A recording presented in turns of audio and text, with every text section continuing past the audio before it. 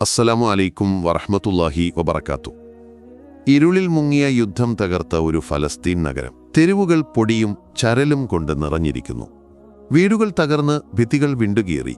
ഓർമ്മകൾ മാത്രം ശേഷിക്കുന്ന അവശിഷ്ടങ്ങൾക്കിടയിൽ ഒരു സ്ത്രീ, അമ്മ യഹിയ, തന്റെ തകർന്ന വീടിന്റെ മുന്നിൽ നിൽക്കുന്നു. ബോംബാക്രമണത്തിൽ അവളുടെ വീട് തകർന്നു. മകൾ അവളുടെ കൈകളിൽ നിന്ന് എന്നേക്കുമായി പറിച്ചെടുക്കപ്പെട്ടു. എല്ലാം നഷ്ടമായെങ്കിലും അവൾ ഈ അവശിഷ്ടങ്ങൾക്കിടയിലേക്ക് മടങ്ങിവരാൻ തീരുമാനിച്ചു. ക്യാമ്പുകളിലെ തിരക്കും വേദനയും അവൾക്ക് താങ്ങാനായില്ല. തന്റെ ഓർമ്മകളുള്ള ഈ മണ്ണിൽ എത്ര തകർന്നാലും അവൾ ജീവിക്കാൻ ആഗ്രഹിച്ചു.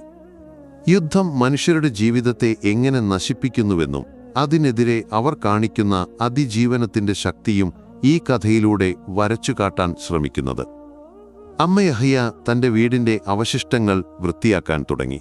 തകർന്ന കല്ലുകൾ മാറ്റി പൊടി തുടച്ചു. വീണുകിടന്ന ഫർണിച്ചറുകൾ നേരെയാക്കി. ഓരോ ചുവടിലും വേദന അവളെ പിന്തുടർന്നു. പക്ഷേ അവളുടെ ഉള്ളിലെ ധൈര്യം അതിനെ മറികടന്നു. ഒരു മേൽക്കൂരയോ വാതിലോ ഇല്ലെങ്കിലും ഈ സ്ഥലം അവളുടേതായിരുന്നു. അവൾക്ക് അതിനെ ഉപേക്ഷിക്കാൻ കഴിഞ്ഞില്ല.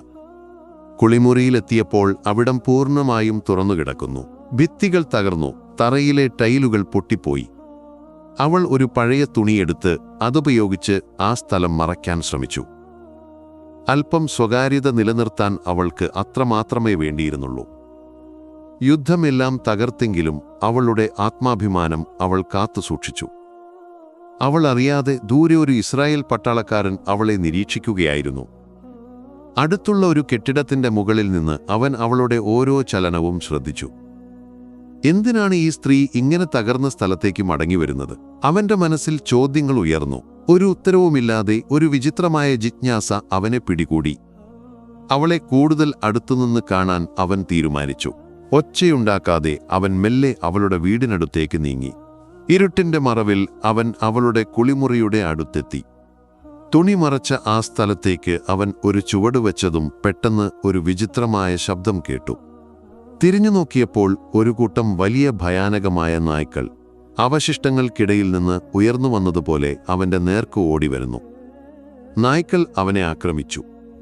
അവൻ ആയുധമുയർത്താൻ പോലും സമയം കിട്ടിയില്ല. അവന്റെ നിലവിളികൾ ഇരുട്ടിൽ അലിഞ്ഞുപോയി. അവന്റെ ശരീരം, ആയുധം എല്ലാം ആ നായ്ക്കളുടെ ശക്തിക്ക് മുന്നിൽ അപ്രത്യക്ഷമായി. അമ്മ യഹിയൊന്നും അറിഞ്ഞില്ല. അവൾ തന്റെ തുണി തൂക്കുന്ന ജോലിയിൽ മുഴുകിയിരിക്കുകയായിരുന്നു. പെട്ടെന്ന് നായ്ക്കളുടെ ശബ്ദവും ഒരു നിലവിളിയും അവൾ കേട്ടു. പിന്നെ ഒരു ഭയാനകമായ നിശബ്ദത. ഹൃദയം പിടച്ചെങ്കിലും അവൾ ഒന്നും മനസ്സിലാകാതെ തന്റെ ജോലി തുടർന്നു. രാവിലെ അവൾ പുറത്തിറങ്ങിയപ്പോൾ ഒരു സൈനികന്റെ ആയുധവും രക്തക്കറയും മാത്രം കണ്ടു. ശരീരമോ സൈനികനോ എവിടെയെന്ന് അറിയില്ല. എന്താണ് സംഭവിച്ചതെന്ന് അവൾക്ക് മനസ്സിലായില്ല. പക്ഷേ ഒരു അദൃശ്യ ശക്തി തന്നെ രക്ഷിച്ചതായി അവൾക്ക് തോന്നി. ആ തകർന്ന വീടിന്റെ അവശിഷ്ടങ്ങൾക്കിടയിൽ താൻ ഒറ്റയ്ക്കല്ലെന്ന് അവൾ വിശ്വസിച്ചു. പക്ഷേ ഫലസ്തീനിലെ ജനതയുടെ യഥാർത്ഥ വേദനകളും യുദ്ധത്തിന്റെ ഭീകരതയും ലോകത്തിനു മുന്നിലെത്തിക്കാൻ ഇത് ലക്ഷ്യമിടുന്നു. അമ്മ യഹ്യയുടെ ധൈര്യവും അതിജീവനവും യുദ്ധം തകർത്ത ജീവിതങ്ങൾക്കിടയിൽ പോലും പ്രതീക്ഷ നിലനിർത്തുന്ന ഫലസ്തീൻ ജനതയുടെ പ്രതിനിധാനമാണ്.